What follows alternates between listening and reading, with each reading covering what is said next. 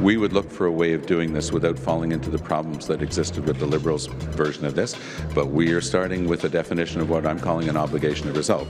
For the NDP, the obligation of result is that the police are able to track every gun. That has to be there both for public protection and for protection of the police themselves.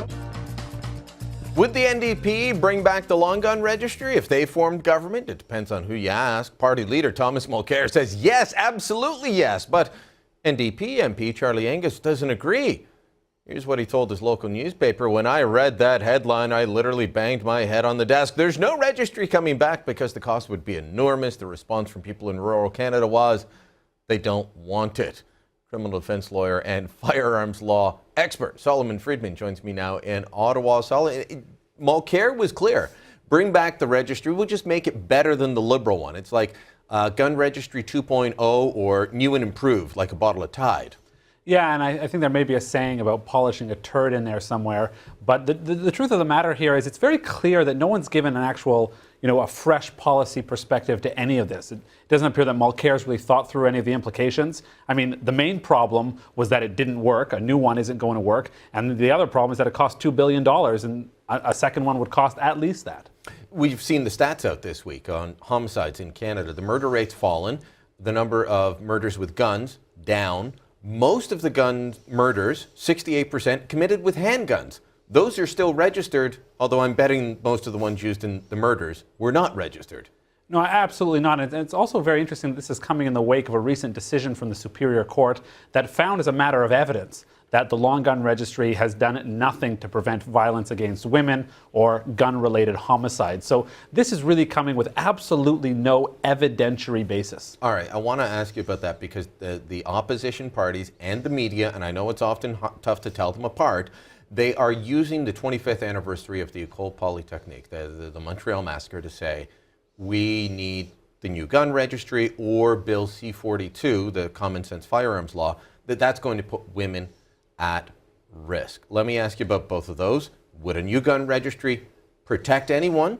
And will this new firearms law, which simplifies licensing, protocols and paperwork, doesn't get rid of anything, will that make people less safe?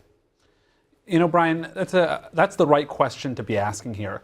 I'm a criminal lawyer, and as an advocate, I deal in facts, I deal in reality, and I deal in evidence. And the evidence is overwhelmingly clear. Peer-reviewed study after peer-reviewed study. Even the Liberal government's own Auditor General, Sheila Fraser, put it very simply. There is no link whatsoever between positive public health outcomes, that is, homicide by firearm, violence against women, and our entire gun control scheme, never mind just the gun registry. So, this may be a very noble goal to try to protect individuals, protect women from violence, but we're going at it completely the wrong way if we think a gun registry is going to do one iota of good. Okay, you're a criminal defense lawyer. You have defended people who have used guns illegally. Absolutely. Before. Okay. Yes. Do they register them? If we're talking about criminals, about gangsters, or people that are robbing stores or drug dealers, are they registering their guns? I'd say they do so in about the same proportion as drug dealers report their income to CRA and put their occupation as crack slinger. So we know that doesn't happen. Criminals, by definition, cannot obtain guns legally in this country. We saw that this week. We had a Mountie shot in British Columbia, and the person that did it has a criminal record, including manslaughter conviction. So he was barred from owning a gun. He still got one.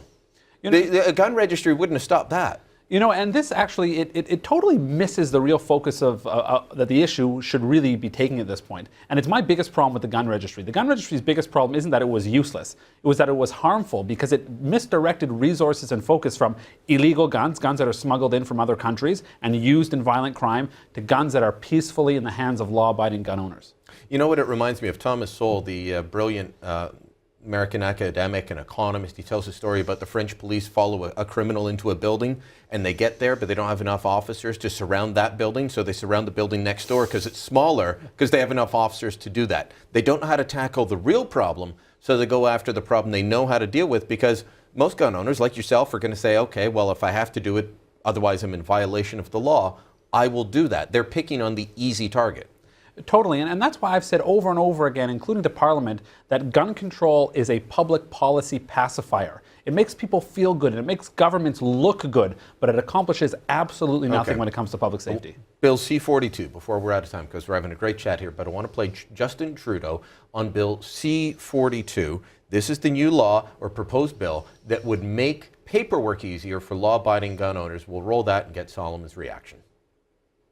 We will not be able to support C-42. First of all, because of the loosening of transport regulations, which means that it would be very possible for, in any given supermarket parking lot, for firearms to be in the trunks of a car and therefore easily accessed by criminals. We feel that the classification of firearms, particularly what is an assault rifle and what is not, should be left to proper police authorities and not to politicians.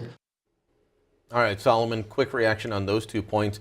A gun that I'm not allowed to have in the trunk of my car as I go to the arena or the shopping mall, would I be allowed to under this new law if it passes? And B, should police be the ones who decide what people can own and can't own, or should that be up to our elected officials? You know, any Canadian who watches that clip can tell pretty quickly that Justin Trudeau actually clearly doesn't know what he's talking about. This law, and you can read it, the text is out there on the internet for everyone. It's fantastic. It's 2014. Number one, it doesn't change the places where you can legally take guns. That's false.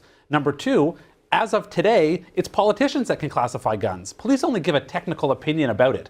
That hasn't changed. We want the classification of firearms to be in the democratic realm. We don't want police doing that. And Justin Trudeau may believe otherwise, but I think the overwhelming majority of Canadians do not support that view. Solomon Friedman, great as always. Share your thoughts on this story. Facebook.com/Brian Lilley. That's where you'll find me. Thousands of great Canadians joining the conversation. Why don't you?